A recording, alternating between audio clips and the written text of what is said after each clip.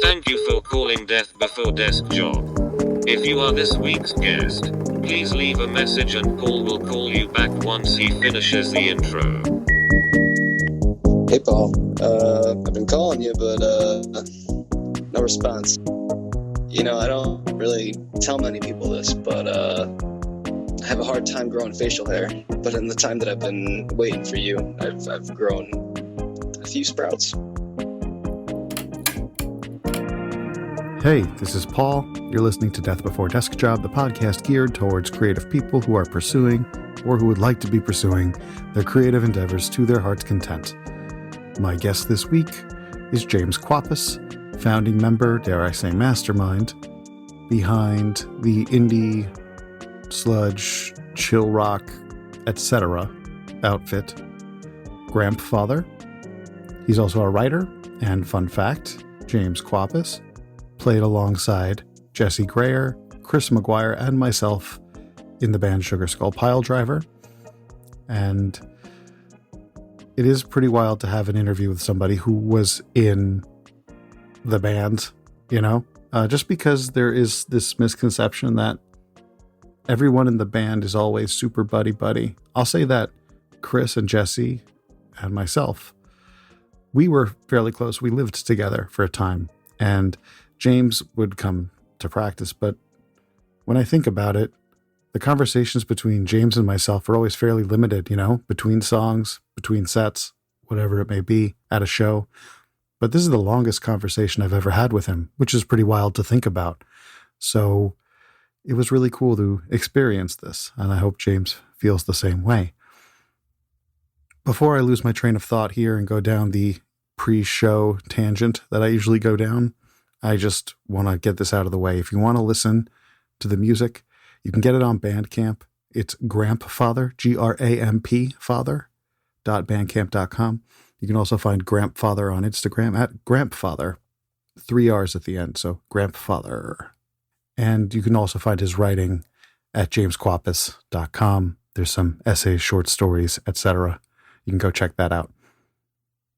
I did have some questions that were brought to me this week about how I edited the show and what that's like, recording, editing stuff. The show is edited, but I try to use my best judgment when editing. So I do clean things up, like pauses, dead space, too much floundering. Those are the things I really look for. And once you're looking for them, they're everywhere. So I spend, 3 hours trying to find all these things. And I'm hoping that over time, I get more proficient at that, or I become a better interviewer, so I do less of that myself. I think everybody does those things. I choose to trim them out because I'm concerned about how the listener is going to perceive all that. So I try to cut it down a little bit to make it flow a little better and kind of make a more succinct show. I do trim up my questions because a lot of the times I'm floundering. I don't have questions going in. I have prompts, and I let people know what we're going to talk about. And you kind of know what those are at this point. If you've been listening up to now, you'll hear James say, oh, for this prompt, I wrote down this. And that's because I don't have a direct question, but rather just general points I want to cover. And so I'm usually digging for a question that's relevant to the conversation. So I'll flounder a little bit because I don't always know what I want to ask. So I do try to make that a little more concise as well. And I try really hard not to butcher any answers. I try to let it happen as it's going to happen and as it did happen, because I want this to sound like it was a true, honest conversation and not just some pre-rehearsed type of thing. I think writing that line is a little tricky, and I hope I'm doing it okay. I hope that translates in your listening experience. But hey, speaking of listening experience, please visit deathbeforedeskjob.net. You can find the show notes for this and previous episodes, as well as merch. There's new merch this week. I have some new guitar picks, a pack of 6 with medium, heavy, and extra heavy picks, designed by yours truly. And there is corresponding merch if you're not a player or just don't want any more picks. You can get it on a tee, a retro trucker, or a zip-up hoodie. And while you're there, you can also check out the support link on the top. I put together a list of ways you can support this show, ranging from just a subscribe or a like or a share to ways to actually help me finance this thing. On that list, I do touch on something that some of you may know of. The term is affiliate marketing. If you don't know what that is, it's a referral program, right? It's how a lot of places do things. When you go to a blog and you look something up and they're giving you a link to buy the product here, that's probably an affiliate link, meaning they're going to get compensated by the company selling it to get you to buy it through their link. That's how this stuff works. Now, I try to be as transparent as possible about things because I never want to be considered a huckster or, just sell you something you don't need. So I'm going to tell you outright, I have no interest in selling you something that you would never want to use. However, if something I talk about sounds appealing to you, please go to deathbeforedeskjob.net, click on the links tab, and find the relevant link. This week, I want to talk about acorns. So let me just give you a little setup of what this is and how it helped me. So I'm pretty terrible with money, right? I could never save. It's just something I don't know how to do, or didn't until I really got involved with this. So acorns is something that you can hook up to your debit card, your banking card, and it will monitor your transactions, and it will round up spare change from purchases and put them into a managed stock portfolio for you. So the way that works, you spend $1.50 at 7-Eleven or something, it'll take the 50 cents change that you'd get, and it keeps an eye on that. And once that little fund hits $5, they'll withdraw the $5 and they'll put it into this little stock portfolio. Those are called roundups. Another way you can do it is set it to withdraw money from you at your chosen interval, whether that be daily, weekly, monthly, what have you. This was what I chose to do. So here's my experience with the app. I had heard about the app and I thought it was cool, and I did the roundups and I thought it was neat, and I, saved a little bit over time. Spare change, it adds up. But it came to the point where I was going to quit smoking, and I thought to myself, if I could see just how much money I'm spending on cigarettes, it's going to be a pretty strong motivator. So what I did was I set this app to take $10 a day from me, because that's what was going to cigarettes, right? And in no time at all, that adds up.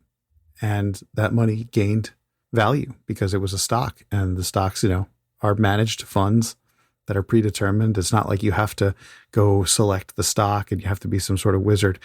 It's managed funds that are designed to gain money over time. Now, naturally, the market can fluctuate, that type of thing. So, there's a little word of warning. However, if you're looking to get into investing and this sounds like it might be the right thing for you to do, give it a shot.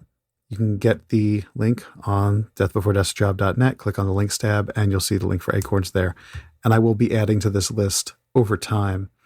I'll be recommending other products that I use on a regular basis that make my job a little bit easier. And I'm hoping that it makes your job and your life a little easier as well. If you have any questions about that or anything show related, you can email me at deathbeforedeskjob@gmail.com. Let's not waste any more time. This is my interview with James Kwapisz.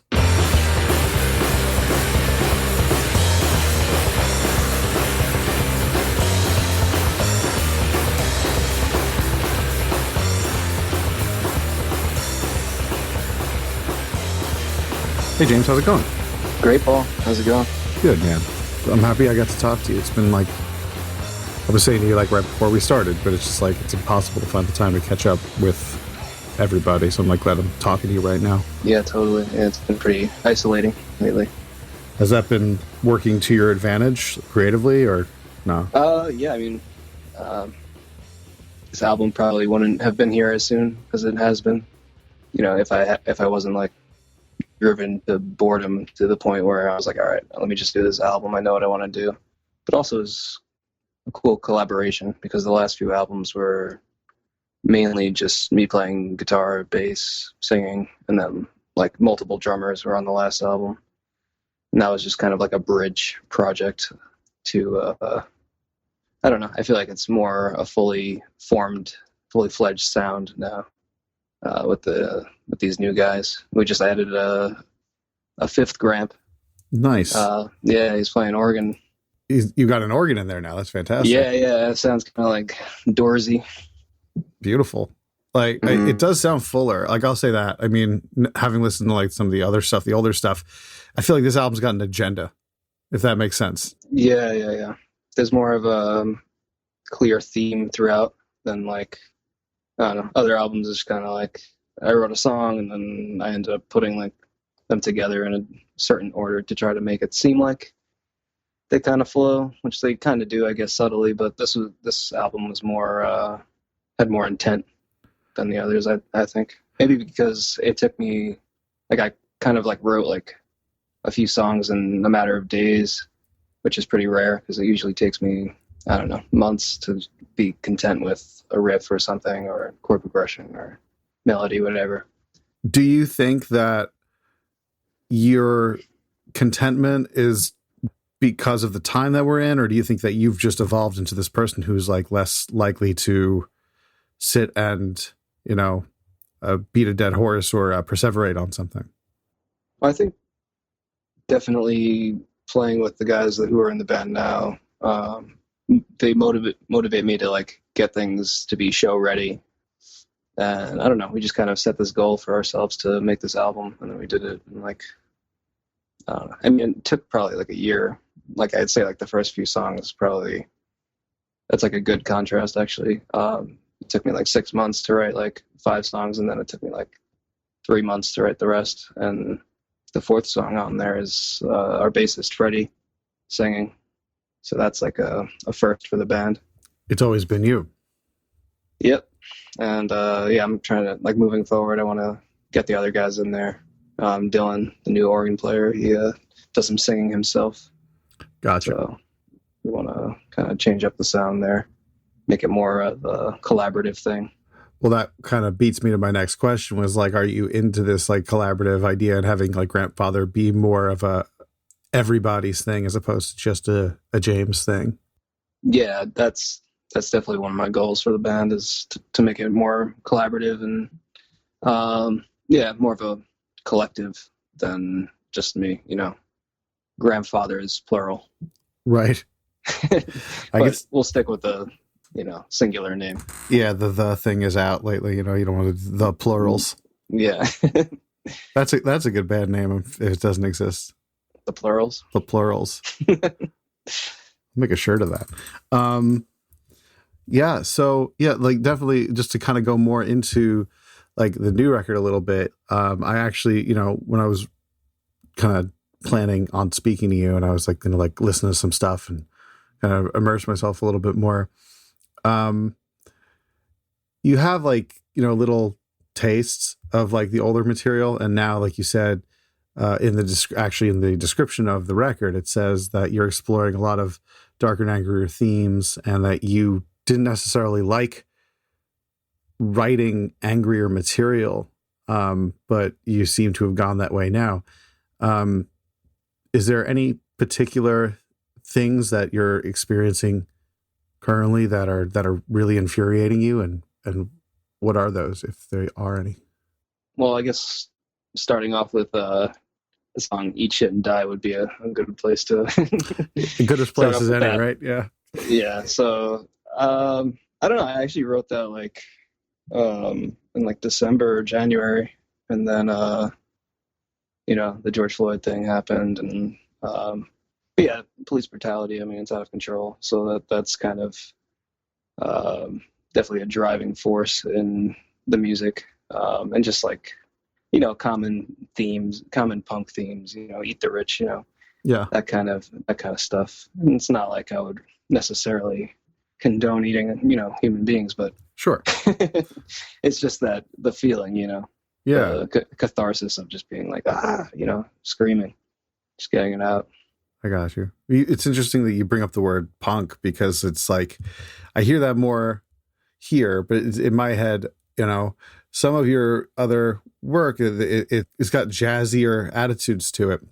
And, and seeing how they've all come together, like, and you could hear little bits of it here and there, but I don't know. It's interesting because you say punk, and punk is so much a part of your ethos, but it's like, it doesn't always register as that I'm listening to punk music. Do you have any feelings on that? Yeah. One time we were playing at this place called the Beverly up in Kingston here, and my friend Kevin, he was like telling me that his friend after the show, they were like, yeah, like I really like that, but I don't know what it was. Like they didn't know how to describe it, but I don't know. I just like to explore different genres and feelings, and like I kind of keep it very like momentum driven. I don't know. Yeah, the last album was definitely not like punk. It was pretty jazzy, chill rock kind of stuff. Chill rock. That's the word I was looking for. So that last album was Gramp Stamp, and that was 2019. And this new one is Magnum Grampus, which is you got great titles, man. It works so good.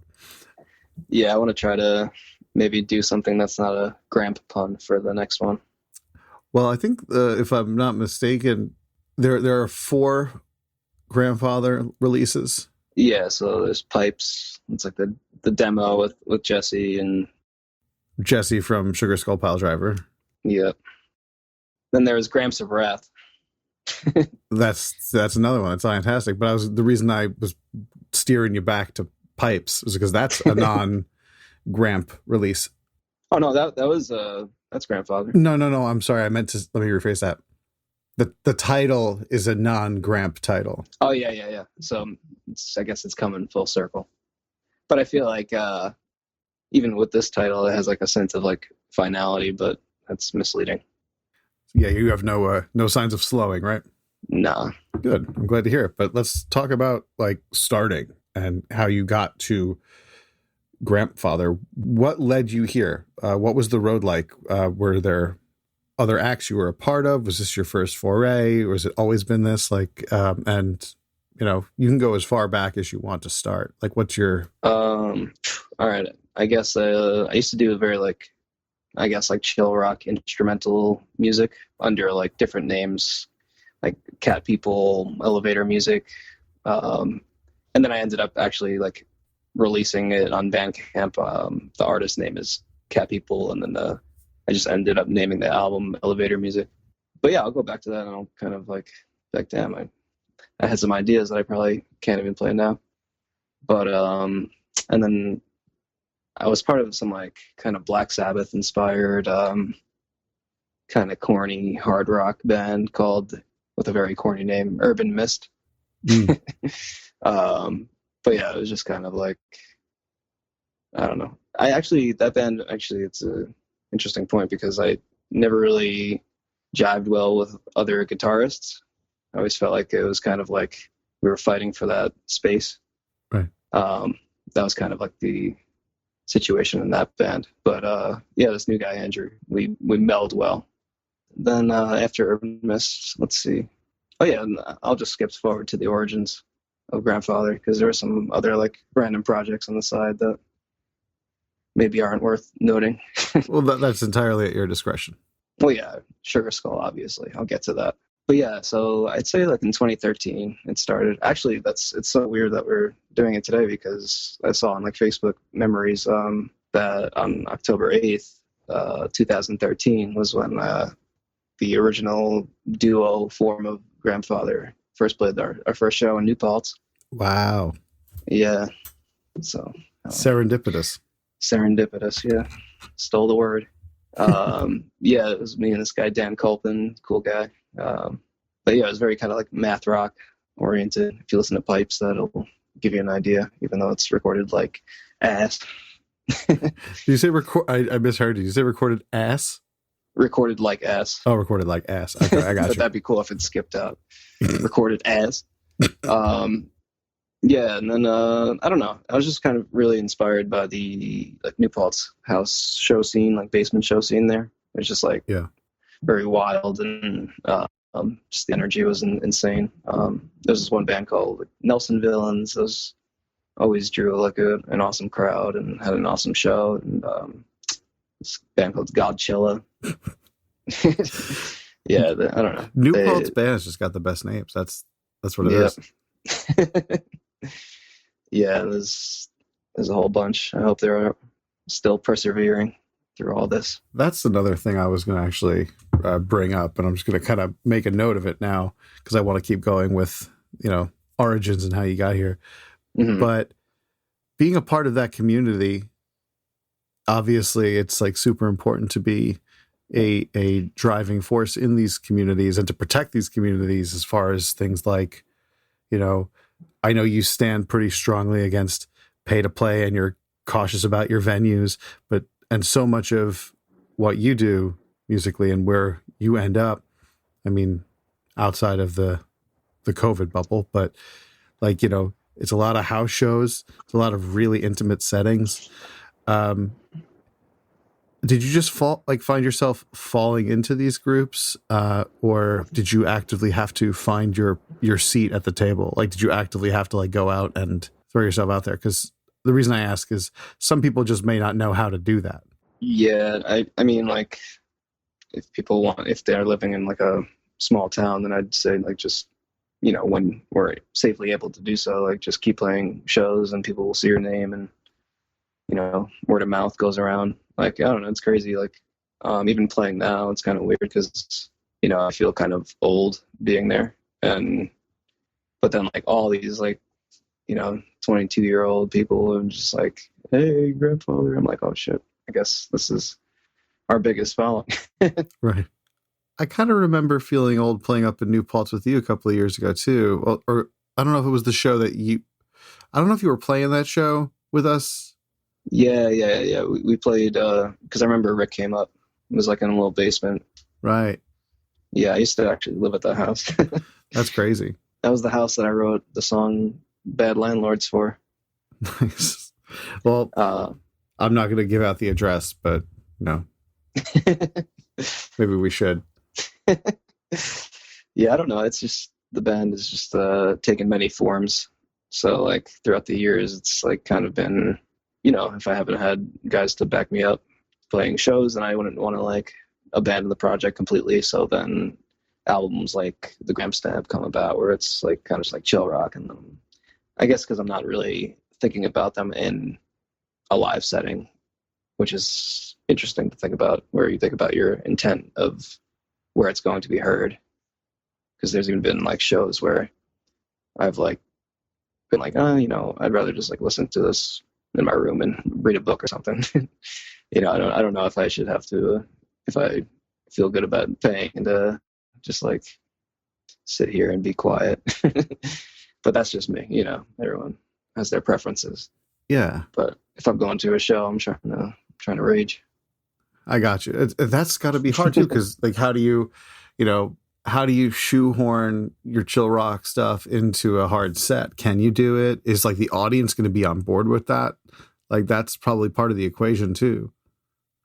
Yeah, I think it's a lot about like dynamics, I think is a key aspect of Grampfather, where it's like about the rising and falling, whether it be in volume or tempo or something like that, to kind of like convey some kind of emotion and momentum, Yeah. I don't know. I like to add those songs in mid-set, like play Eat Shit and Die and then play like some chill rock stuff. I don't know. I got you. Yeah, I don't know. I think it gives it a nice break. Like I've always been an advocate for like versatility. Definitely a key trait in like many of my favorite bands, have that versatility. Say like growing up, probably when I was like 18, I got really into the Broken Social Scene, and like every one of their albums is pretty different. And now my favorite band is King Gizzard, and all their albums, yeah, all over the place. Yeah, super talented. It's bananas, just like the pure like volume of work that they do. You probably know this about me, but like I'm a big like Ween guy, and they have, I mean, of studio albums that came out, there was a number of them, but wait, what was the band? Sorry. Ween. Oh yeah. I had a feeling you had said that because I remember you talking about them. Oh, once I start, you usually can't get me to shut up. But the reason I bring them up in this particular instance is because they've said them like they've got a couple, their number of studio albums, a few live releases, but there are, what they've described as tapes and tapes, like a hefty bags full of tapes, and they've gotten out over time, and people put them online, and there's so many more songs than there are, records to account for them that are out there that you can find. And they said it's quantity over quality with us, honestly, like it is. And the funny thing about it is I found there is a link between the fan bases, between Ween and King Gizzard. Oh yeah. Yeah. There's this one dude in particular that I'm a fan of, who's an artist, and he's got an Etsy store. His name is Meat Stain, and of course, it's a great name. And but a lot of his work is fan art for Ween and King Gizzard and the like. But those two are the prominent ones. And I found this guy, and I'm like, he's like a perfect cross section, and I can kind of see why, because it's so, there's so much in their material that's just like, we're just gonna do it, and we're not really too worried about boxing it. We'll just put it out there. Yeah, I think you said something about like perseverance or resilience before, but I think I don't know, one of the things that I wanted to bring up was like to like just pick a name and stick with it. Because like I've had like so many times where I've been like, oh wow, I just want to like change the name, do a different project, but I'd rather just like throw it all under one project and then, kind of grab bag. You never know what you're going to get. And that keeps it interesting, I think. And I don't know. I feel like people have this tendency to be like, oh, I need to create a new band for this new sound. But I don't know. Everyone has their own choice. But I'd say, versatility is something to strive for and not like run away from. I like that a lot, man. And I can 100%. I'm the person you're talking to there, because I did the same thing. I didn't mean to, but I guess it's true. Well, fine. I didn't want to talk to you either, but no, I'm just saying, like, I totally connect to, like, you're doing one thing and you're like, oh, well, I guess I got to put this under a different umbrella, or I got to, put this into a different box, and it can't be me because I'm supposed to be this, or this project's supposed to be that. It's like, by virtue of and I've said this before, but it's like, by virtue of the fact that it's your voice, it's yours. So stop doing that. And I agree with you fundamentally. It's just easier said than done for some people, I would say, for sure. Yeah, I mean, like Dan Auerbach comes to, like you hear like all his like solo projects or like the Arcs or something, and you're just like, all right, this is just the Black Keys. You hear it once you hear his voice. So it's like, I don't know. I feel like it's like spreading yourself thin, and just like, I feel like it's just more efficient if you want to get your name out, your sound out. It's like, just pick a project and then write it out. Just run with it. Yeah. I mean, it's hard to commit, pick 4 names. I mean, I have like a shitload of band names if you want to go off on a list real quick. I totally want to go on a list of band names. Definitely the MySpace Tom Continuum is up there, like psych rock, something crazy. Wow. I was looking at, I had like a list of like metal band names, like Gunk Lung, Slip Gut,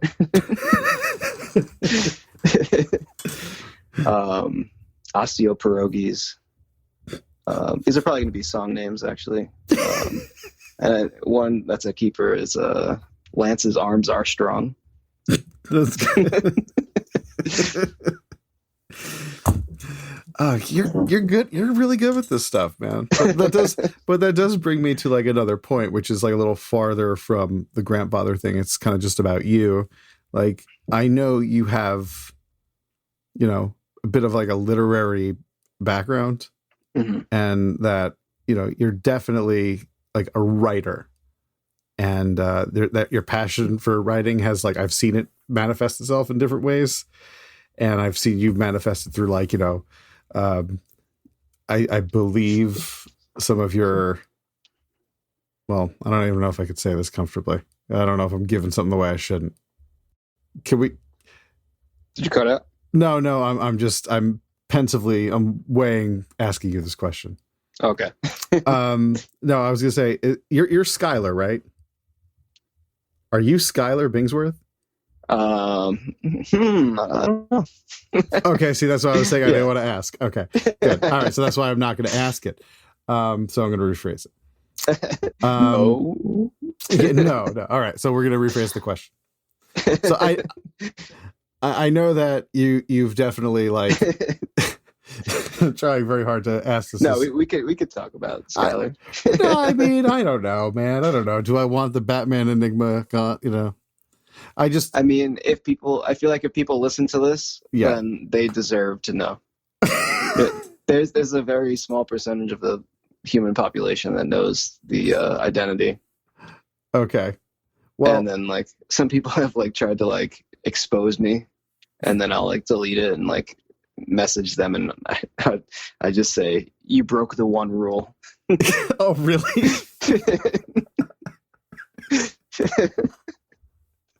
Well, that makes me feel like we can't the hand doing the one emoji. No, but we could break it. I'm giving you permission.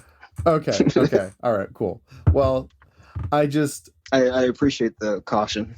I had that moment where I'm like, I don't know if I can say this, but with your consent, I would say, I know that there are literary forays that have been done not only from your own voice, but from the voice of, you have these pen names and alternate characters that you speak from sometimes. So were these two things, like, harmonious? Was writing, music first? Was, writing stories first? Like, what was that like, actually just coming up as a kid, and how did that transpire?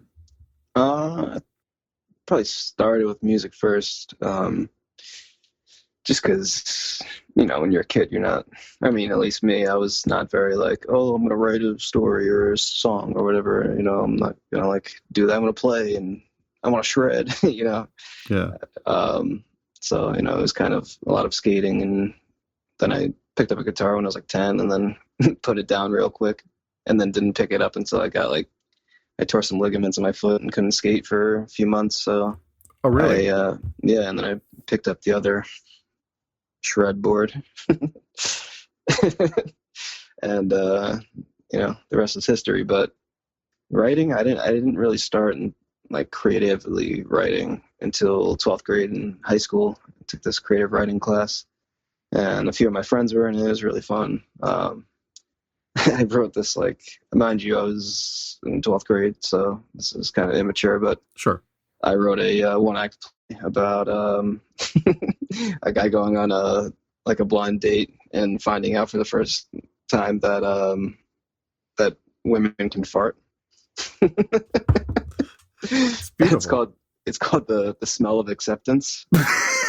Actually, I just found it recently, and it's just, like, a big picture of a nose and, like, clouds around it. Is it like all the computer, like the high school computer clip art, or was it hand drawn? Okay. Exactly. Oh man, that's clip fantastic. Art's great.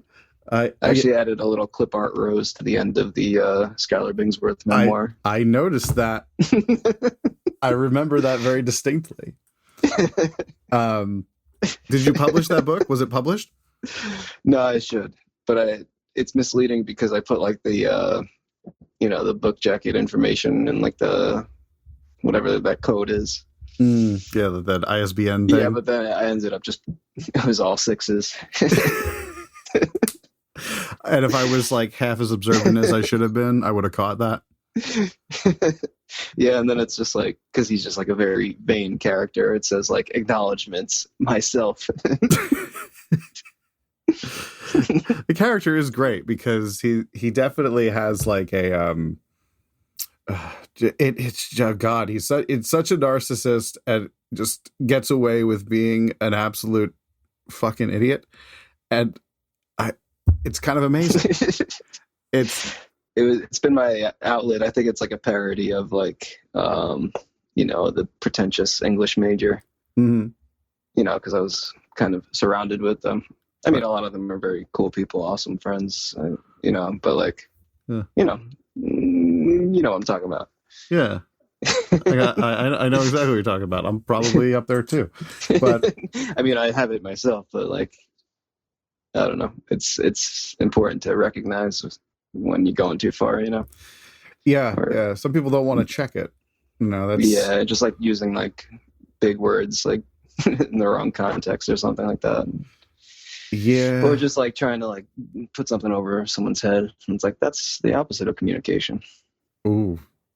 Yeah, it's a very good point. Like, just it's when you're doing that, it's self-serving. Like, there's you're supposed to be using the language to like connect with people, not to alienate them. That's okay. That's really, I like that, and I think that resonates with me too, because I don't know. I feel like I sometimes try to jam words into my speech that just make me sound smarter than I am. So. Yeah, that kind of hits a little home. So I gotta try to. And I've caught myself doing that even when editing this show, where like I'll listen back and I'm hemming and hawing a little bit, like trying to find the word or the expression that like I'm trying to say, just to avoid saying something I already said, in the interest of appearing to have like a bigger vocabulary than I do. I mean, sometimes it's like some bigger words are more direct and to the meaning, of what you want to say. But then there's also this battle of like, oh, am I going to seem like a pretentious asshole if I say superfluous or something like that? Yeah. Yeah. When you could just say redundant, even, I mean, I don't know. That's not much simpler. Well, I remember the band Interpol, and there's a line. I remember one song. He's like, it's like I want to play the guitar and celebrate the myriad ways I love you. Mm-hmm. And it's like, why couldn't you just say like all the ways or many ways? Like you just had to say myriad. You know what I mean? It had that moment. Oh yeah. I mean, I feel like with writing lyrics or poetry or something like that, where you're trying to fit things into meter and you're kind of ordained by rhyme or something like that, like your structure that's keeping it together. And then sometimes you're ended up like cornered into using words that you may not have initially wanted to use, but sometimes that could, looking at it a different way, that could kind of be a way to brainstorm and kind of conjure up thoughts, Have you ever been like put in that corner and had it work out to your advantage? Yeah, actually, now that I think about it, most songs end up like that. I actually started doing this new method to kind of like streamline my songwriting process, because I would just kind of get obsessed with like one part or whatever, and then I'm like, all right, I gotta like kind of organize this, like kind of like you would like a, an essay outline or something like that. Mm-hmm. And you do like Roman numerals, like intro, verse, whatever. But right. Then I would like track out the lines and then like kind of like sing a melody over the music. I would always write like the music first, so then I know how many syllables to put in a line, and then that would kind of give me like a track to do that on, which is flexible, but it gives you a little skeleton to put some meat on. Yeah, that's smart. Trying to navigate that, it's like there's always these different things you could do, but I don't know. I still end up personally having this like chasing ideas thing, where like the best stuff comes because I heard something while I was sleeping, or like it just popped into my head while I was driving, and those are always the hardest. Does that experience happen to you, where like you just get the like you spot it in the wild and then you gotta like go home and get it out on paper? Yeah, I mean, it's been kind of a while. It's just lately I've just had to like kind of sit down with the empty page and just kind of sit down with a guitar and a pen and paper and just figure it out, because I would always just try to do it for like short amounts of time and then nothing would come about. But yeah, I guess I could relate to that, but just not lately, where Right. it's just like grabbed me. But I know the experience. Maybe someday it'll come back to me. Well, I'm kind of glad to hear that it doesn't always pan out that way for you, because Yeah, I mean, I'd say it's more gradual and kind of like, I don't know. I guess I kind of like when I'm speaking, I kind of like stutter or whatever, but like I'm better when I'm writing and I can kind of think it out. And I don't know. Some songs may not seem like they have structure, or like some people have called some songs like jams, but I feel like I pay a lot of attention to that kind of stuff. right. Using like I used some like motifs in this album, which was pretty cool. Definitely King Gizzard inspired. Like the instrumental song Praise Bork has like this one part at the end where then I end up using in the last song. And then like the first three songs are all in the same like C tuning as is the last song. So then like if you listen to it continuously, it'll just kind of like flow right into it. Oh, that's nice. So you can just like loop through. Yeah. Musically or lyrically. There's like You Just Die and That's It is like the song after Eat Shouldn't Die, but like that's like a lyric of Eat Shouldn't Die, and then it goes into that song. Or in Bad Taxidermy, I don't say anything about taxidermy, but then it comes up in the next song.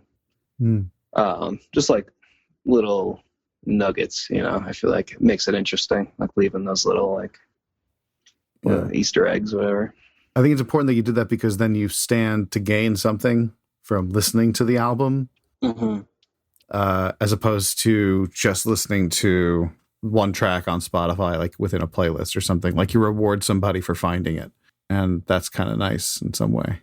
Yeah, definitely. I don't know. King Gizzard kind of inspired me with that, because it was like the more you dig, it's just like there's so much more to find, and like trivia and like side projects with like the Murlocs and stuff like that. I don't know. So they just keep it very interesting, and then like carrying themes throughout their albums to like another album in like a different context. It's just really creative and inspiring.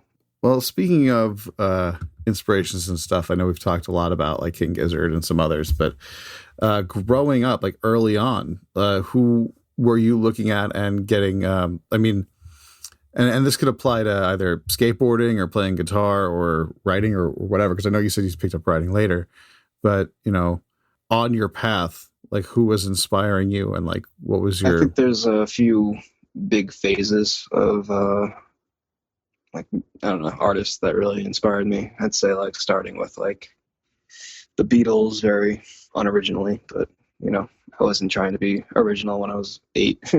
Yeah. But yeah, my dad kind of showed me like classic rock and whatnot. So I got really into the Beatles, and then had a Led Zeppelin phase. And then like, I don't know, I was like 10 years old, but I really loved Black Sabbath. I got, I guess that's where the new thrashy metal kind of vibes are coming from.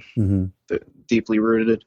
And then I started listening to like Modest Mouse was definitely a big influence for me. I think that like if we were to do like for fans of, I would put that in there. Some songs have like some Modest Mouse vibes. And then I noticed like one of the prompts you had was like, who do you steal from? And then like there's been a moment where like I was writing a song and I was like, this isn't my song. And it was just like, I forget which Modest Mouse song, maybe like Broke or something like that. But yeah, I have that Echo or Line 6 Echo Park delay pedal. So I don't know if you know that song Broke, but it has this little like trilly kind of thing. So I was very into that at that phase when I got in the pedal. Yeah, I haven't listened to Modest Mouse in ages, but I remember really, really enjoying them. But I'm at that stage where like I couldn't tell you what the song title is anymore. So I'd have to hear it, but I would put $10 down that if I heard it, I could probably start singing a lyric. I'll have to go back and listen to that one. Yeah, they're amazing. I mean, I I go through like phases where I listen to them a lot, and then years where I just don't listen to them. Yeah. But yeah, I guess like to put onto that list, I'd say like Fleet Foxes, Nutri Milk Hotel, Death Cab for Cutie. I don't know. That was definitely like the driving indie rock forces. The Killers were pretty good for a while. Oh, the Killers, you said? Yeah. No, honestly, like that they did some interesting stuff. Like, you know, at least in my opinion. And yeah, I could hear all these like indie vibes kind of coming out, and it is interesting to hear like the Sabbath, you know, the Sabbath end of you coming out on this particular on Magnum Grampus. I think, you know, thematically, based on what's going on in the world and everything, I definitely think that energy is like necessary to convey that feeling. So I'm glad you did go that route. Yeah, it's definitely cathartic. Like, I don't know, you were saying something about like, music rewarding you, and I remembered something I wanted to kind of tack onto that. Sure.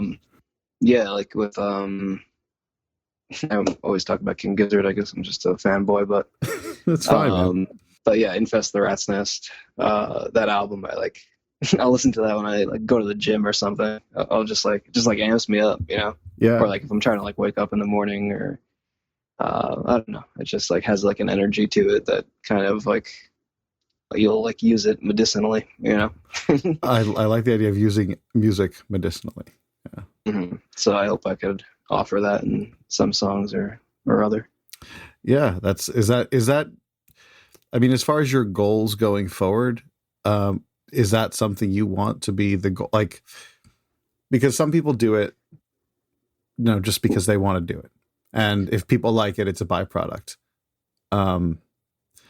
Is that your like standard operating procedures, just to like connect with somebody as a fan, or does that come after doing it for you? I know that's a weird loaded question, and there is no right answer here. You know, it could be both. Yeah, I mean, what's like a succinct way of asking this? I mean, yeah, you want me to ask again? Okay, wait. Yeah, ask again. Sure. So what I was trying to get at was, you bring up the fact that music can be medicinal, right? And I'm hearing that, and I'm going like, wow, that seems I remember what I wanted to say. Oh, okay. I'm going to rephrase the question again, just because I feel like I didn't even say it clearly. So hold on to it, because like, yeah. This is good. This is good stuff. So when you say, when you talk about music, you know, like Infest the Rat's Nest being medicinal to you, like clearly that is a beautiful thing, and I can see that being like a goal of somebody's. Is that your goal ultimately, or, you know, is your goal just to do James for James? Because, you know, it can be both of those things. I guess I'd say it's both, but definitely, you know, that album had a lot of influence on writing this album. So yeah, I mean, it's for me and it's also for them, but I feel like you got to keep that balance, because like one of your prompts was about like selling out, and I feel like that would be doing it too much for what they think you want, which is kind of like, you know, one of those finger traps where like the more you try to get out, the more stuck you are. Right. Where it's like I feel like the more like vulnerable, and like the more you're trying to connect with your audience on like a personal level, it kind of works for the other way too. You know, they're gonna relate to it, or if they don't, then you know, you could kind of remove yourself and kind of in a persona way and kind of empathize. But yeah, I think like going back to, you know, that album description I wrote, where I was kind of like trying to stay away from writing like angrier songs. I realized that doesn't matter, and it was just kind of like barring my creative process. Where it's just kind of like, if you could get that feeling, even if it is like angry or whatever, where you're just getting that like amped up energy, I feel like it really comes down to that, like just like transferring that energy to someone. I don't know, it's kind of it keeps me going. Yeah I understand. That's it. I understand and like appreciate that, and you're absolutely right. Like, you know, it is important, especially when you're touching on the themes that you're touching on, when you're talking about things like, you know, politics and the criminal justice system, and you know, even the more like, you know, morose things like just death in general. Mm-hmm. To like have a sense of urgency to your music is to be extroverted. And, you know, some music is definitely more introverted. It's like, you know, the artist is doing it for themselves entirely. Mm-hmm. In this case, it's like a balance of like, obviously you're doing this for you because you're affected and you have empathy and you want to chime in on the world as it is, but also you have to engage somebody too. So you can't just totally do it the way you want to do it. Like, it can't all be therapy for you Mm-hmm. if you're trying to impact other people and to making a positive change. Like, how do you, I see what you mean by the balance. Like, it's got to be difficult. Yeah, actually, you brought to mind this recent like 10 radio hour podcast I listened to. Mhm. It was kind of like contrasting the extreme individualism of America to like communism in China. It's more of a collective. You know, the government says wear a mask and people wear masks for Mhm. the sake of the other, Right. you know. But here people, you know, are protesting against wearing a mask because it's their right to infect other people. I don't know. Right. This is the, you know, the world we live in. Yeah. I mean, sure. I guess it's your fucking right. You know, like I guess it is, but it's, you know, it's also my right to, you know, decide you're an asshole, you know, like I can't. Yeah, I saw some meme that was like a Renaissance painting, and then like it's like a woman crying, and she says like, "Oh, he said it was his right to lick rats." It's just like decency and compassion for other people, and like, yeah, you called it. What did you call it? Extreme individualism. yeah. That's It's just, you know, individualism is great, you know, but we're getting to an extreme where it's like not healthy or constructive or any good quality, really. It's just awful. I don't really want to take you away from what you're doing, but the building's on fire, and if you don't leave, we're all going down with it. Like, it's kind of that, you know. Yeah. And that's frightening. Well, I'm incredibly glad that we like live in a country where, like, I don't know, we can express ourselves. I mean, and unfortunately some have more privilege than others, but while like on paper we can voice our, you know, dissent or whatever, however we choose to, or we can do all these things, at the cost of what? At the cost of us having a country left in the end. Right? Yeah. I don't know. Not to go on a whole tirade. No, I mean, you're definitely right. I mean, people are being attacked for protesting peacefully. I mean, it's wild. It's very, very upsetting, the whole thing. And it's like, you want to express yourself, but we got a tyrant. Yeah, and it's just more and more polarized. And then I'm, you know, I had to take a break from everything for a minute just because I can't deal. I know it's so like trying, because like you try to take a break and then you're like, oh, should I feel selfish for not keeping up with the times? But it's also like, you got to look out for you, you know. I try to limit my news consumption to like the, you know, because I'll get sucked in. So it's like, I have to give myself a limit as to how much news I can consume in a day, because I will just get angrier and angrier. And my fear is, you know, I won't see big picture anymore. You know, like, you know, I don't want to ever lose sight of, you know, what it is to be a human being, because I'm turning a person, no matter how misguided I may feel they are, into their politics, you know, and at the same time, but at the same time, you know, the point that many other people make, and it's a valid one, is like, when your politics are so rooted in the oppression of another group, is that politics then? That's not. That's like human rights. So yeah, human rights thing. Exactly. That's where it's like, oh, we could be friends, but it's like, yeah, but you don't like think this person deserves life. So we don't really. I don't think we drive that well. I'm glad that you wouldn't, because I you know, I'm on that side with you. But yeah, it is. You never know. I mean, you're living on Long Island, so yeah, it's kind of a racist wasteland. Yeah, I could have come out on the other side of that one, and it's definitely not to say all Long Islanders are racists. But you know, definitely not. A lot of my best friends and family are there. So yeah, and unfortunately, like, you know, these people are like always in our peripherals, and just gotta. I don't know. I don't even know. I mean, I hope that like your music can somehow, like, I don't know, educate somebody, you know, just kind of maybe, you know, that is always my hope. That, like, you know, somebody's art could positively affect and bring about, you know, change in somebody else's. It's like something about the like macho competitive persona that it was like. I think there's a lot of people who don't agree with a lot of aspects of, you know, Trumpism, and they just don't want. It's like high school, you know, they don't want to like tell their friends that they're not into what's cool or whatever. It's so like childish. I don't know, and it comes down to like you're saying something about like people becoming their politics. I mean, you don't want to like turn them into that, but people willingly do that and just choose sides and like treat it like a game, and like. These are people's lives, you know. It's fucked up.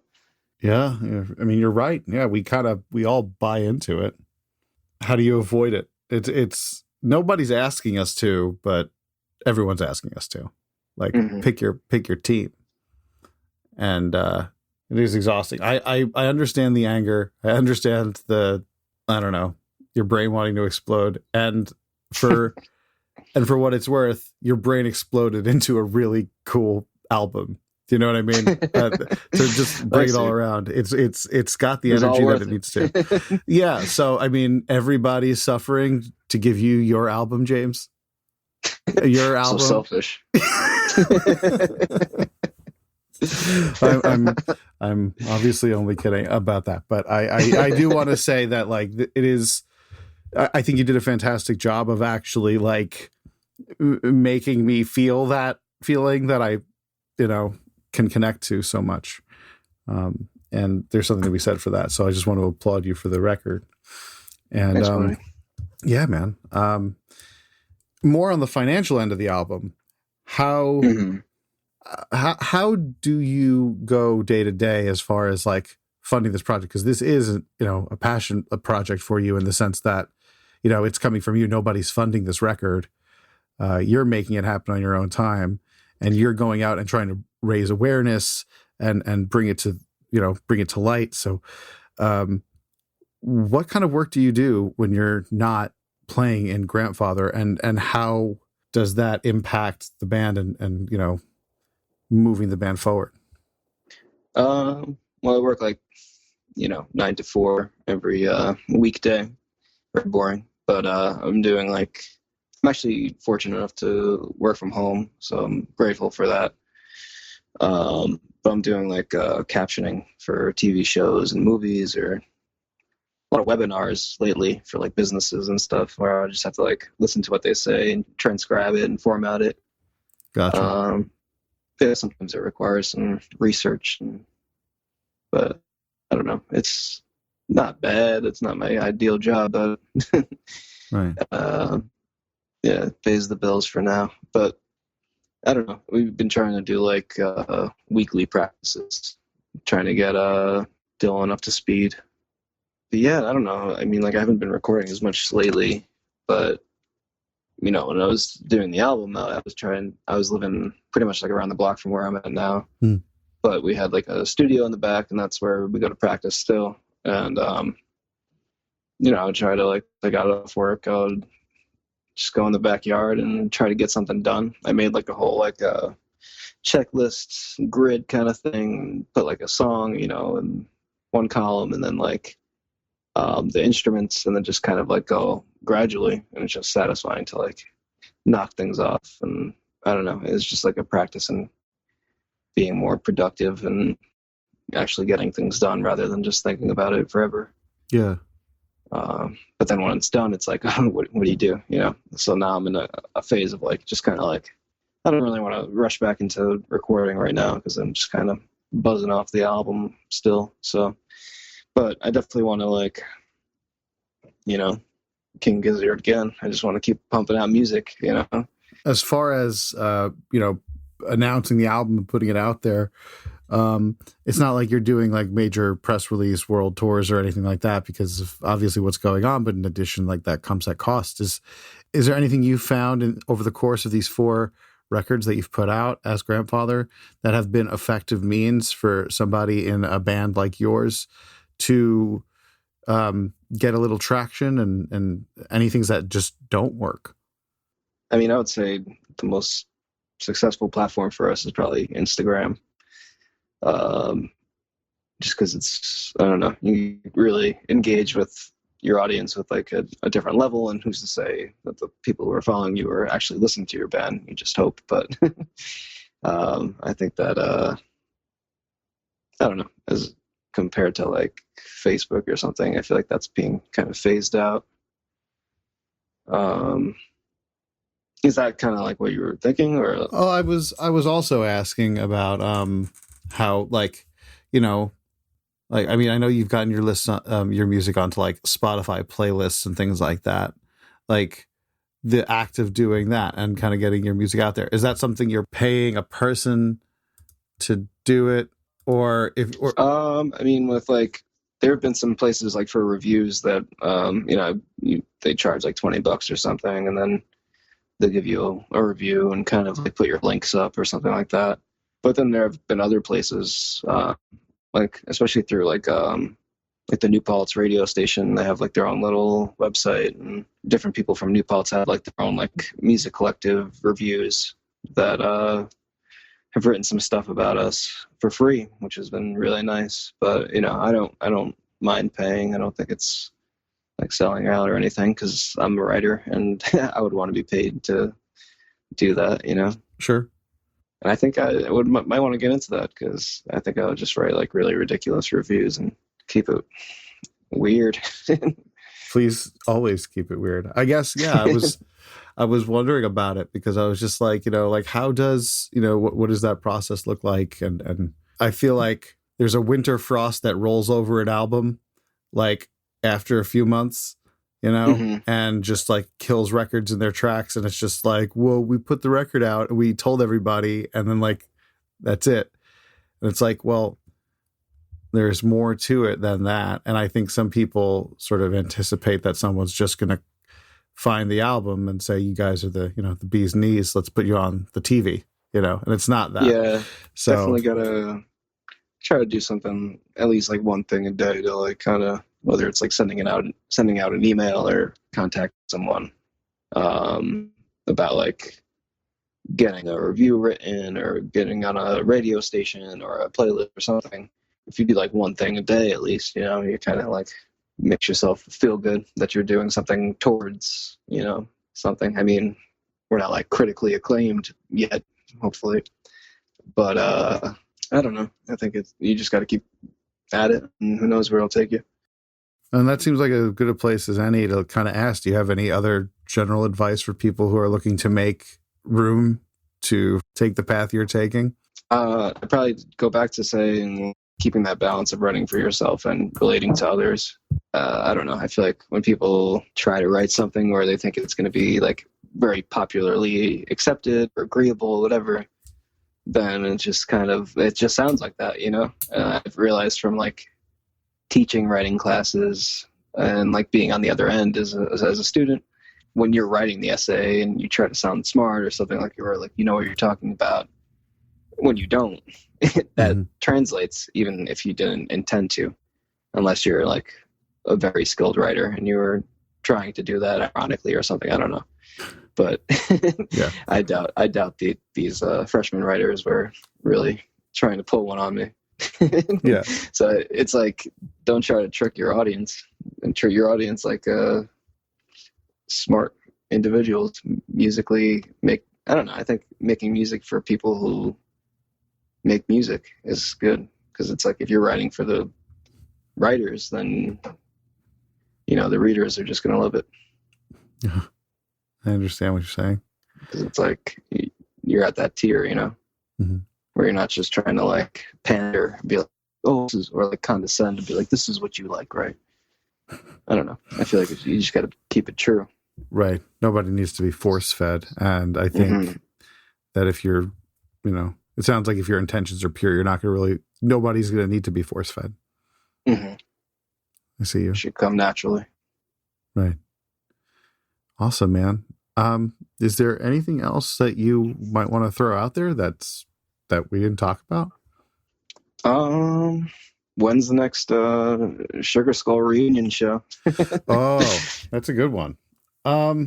Okay, yeah, we didn't even mention this at all, but if anyone doesn't know, James was in the band that I played in, and when you moved, I'd say that's kind of when it became like a little difficult for you to gig with us, right? Was that what happened? Yeah. Because I was in grad school, so I was pretty busy. Yeah. So we went from a 4-piece to a 3-piece, and yeah, we haven't gigged in a while. I mean, I think the last show we did was, oh my God, it's over a year ago. But then this happened, so of course not. And yeah, I don't know. And Chris, I think he's on the road right now. He's just out and about. He's doing some traveling. Mm-hmm. And Jesse, I have to catch up with. I'll give him a call after this. I haven't talked to him in a little while. I guess at some point between now and the end of time, I'm hoping. Like, I mean, if we get to pencil that in, that would be really cool. Yeah, I mean, in the short term, we could definitely set up like a practice next time I visit. Oh yeah. No, I'd definitely love to do that. Yeah, I mean, like that. I mean, I don't know how long you want to go for, but I feel like that's a cool aspect to talk about, is like that project being that I wasn't like at the forefront as like the front man or whatever. Mm-hmm. It kind of like freed me up to explore guitar more, and just like playing lead guitar. So whereas now I'm more of a rhythm player. Yeah, that's interesting that you're like, you would think that people who are, playing in their own band, I always think of like, people who are like, I'm the front man, I play guitar, so I do the solos, that kind of thing. Mm-hmm. Whereas it seems like with Grampfather, you're like, well, I'm focusing on doing the rhythm and the vocals, and, and then you kind of have to delegate that. There's a little bit of like bravado that comes with the first example. Mm-hmm. Whereas in your case, it's like, listen, I just want this to sound like it's supposed to sound. I feel like there's sort of like a humility and like almost like a leadership quality to like playing rhythm live. Do you understand what I mean by that? Yeah. It's definitely like I've kind of stepped back a little bit and let Andrew kind of take the forefront of the guitar sound on the general wall of sound that we're putting out. Right. It's a lot of trust in just that act alone, but ultimately it's like to serve the project, right? Yeah. And that's definitely like affected my writing process too. Is like having him in the band, just like, yeah, definitely like try to like make room for him to go off on solos or riffs or whatever. Mm-hmm. And did you pick up anything from, well, we're bringing up, Sugar Skull in a band where you're playing lead guitar and you have the freedom, you're given the space to kind of run wild. Did the two ever, did one hand wash the other in any respect as far as like? Oh yeah. I mean, definitely in all the other albums, I'm doing all the lead work as well. So, I mean, even in like a few of the songs on this album, I have like a few lead parts that I like to always just have like a little bit of that, but I didn't want to like cramp Andrew's style too much. I wanted him to have that space. Right. But it's nice to be like, the spine, just kind of part of the rhythm section, and being like so like in tune with like the bass player and drummer. Seems like a good vantage point. Yeah. I guess another thing worth mentioning is I don't think Sugar Skull ever toured, right? But, Grampfather toured, and Jesse from Sugar Skull toured as the drummer for you. I know that. And that I know was a crazy tour. Yeah, I've heard stories about it, but I bring it up just to say that touring can be trying. And so I guess it's something a little lighter. Do you have any like recommendations for bands who might like be going out on a first tour? Like any like cardinal rules to follow? I don't know if I'm the best guy to ask, honestly. That may have been our longest tour, and it was like 5 days. But we've done like weekenders. Sure. But I mean, for somebody that 5 days is their first longest tour too. So that's why I'm not even shying away from it at all, you know? But, I mean, it's awesome. I mean, it's gritty. I remember seeing Jesse like sleeping on on gravel and using a car tire for his pillow. Oh man. Yeah, that was crazy. That said, I hope, the opportunity to tour presents itself again soon. You can get back out there. Yeah. I wrote down for goals when touring eventually. Once we're on the other end of this, then definitely want to do it. These guys seem really down. It's good that you've got a good team behind you that like want to do it. Yeah, it's fine. I mean, finally, last year I went through 2 lineups where literally like twice in the year, the bassist and drummer quit at the same time. How do you manage that? Like, what do you like, what stops you from just getting so annoyed that you just don't do it anymore? I mean, I feel like I got to do it. I mean, last year was definitely a trial of that, where I didn't really even have a set band. It was just like, I was just like tracking everything and then using like different drummers. Jesse's on like one of the songs. And then my friend Brandon did like 3 songs on the last album. So it's just been kind of like a hodgepodge of like different musicians, which is pretty cool, I think. Mm-hmm. Kind of like Jesse's thing with the Gorilla Monsoon. Yeah. But, I'd like to keep this lineup if they're content with it. And they seem like they are, so it's working out. Good, man. I'm glad. I'm really happy we actually got to talk finally. I was the one putting this off for so long, so thank you for being patient with me. I really appreciate it. Yeah, I love the show. I'm glad to be honored. They were my first recording back. There was the thought of like, oh my God, what if I come back to doing this after so long and I just eat it and then like I don't have it. But like talking to you is like really insightful, and like I think you have some like really interesting like perspective, and I really appreciate the time, and thanks for making this a good experience for me too, bud. Yeah, thank you, Paul. It's awesome talking to you. Great. Well, hopefully we'll see each other soon. I hope so, man. Do some shredding. Do some shredding, you said? I sure did. Did you say shredding? I'll talk to you later. All right, later, man. Later. Bye. That's it. Thanks for talking to me, James. Thanks for listening, everybody. Please go get the album Magnum Grampus from Grampfather. You can get that at Bandcamp. The URL is grampfather.bandcamp.com. And you can find him on Instagram. Handle is @Grampfather with 3 R's at the end there. All these links are available on the show notes at deathbeforedeskjob.net.